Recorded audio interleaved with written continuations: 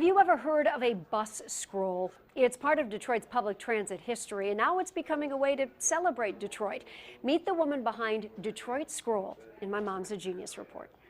The road to Patty Kay's future is very much rooted in the past. This is a 1946 original.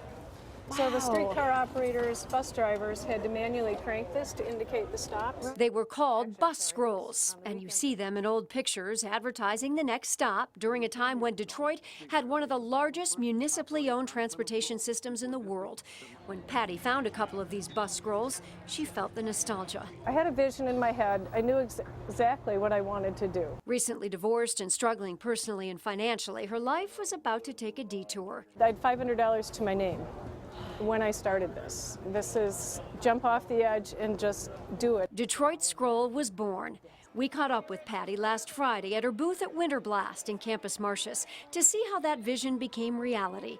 Patty first had the original scrolls scanned by a professional printer.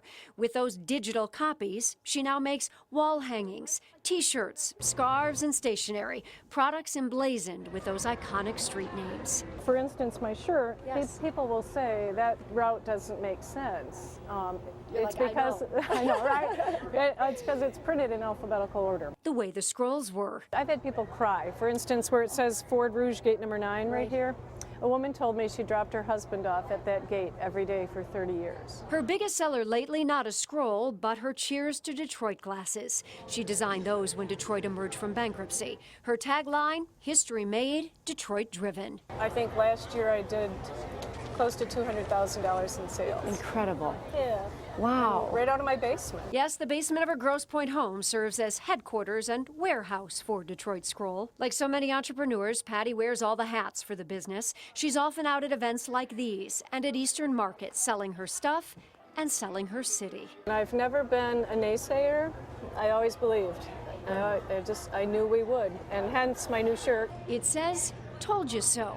And I can't help but feel it also fits Patty's own journey. She's had plenty of naysayers, but look at her now. That's Michael Bolton wearing one of her scarves. And there's Patty and Detroit Mayor Mike Duggan at last week's D2D business conference. So her message: no matter what your vision is, don't listen to the naysayer. Because if I had listened, I probably wouldn't be doing what I'm doing. I would have doubted, I would have let fear get in the way. Instead, she mapped her own route. And that's why we say Mom's a genius.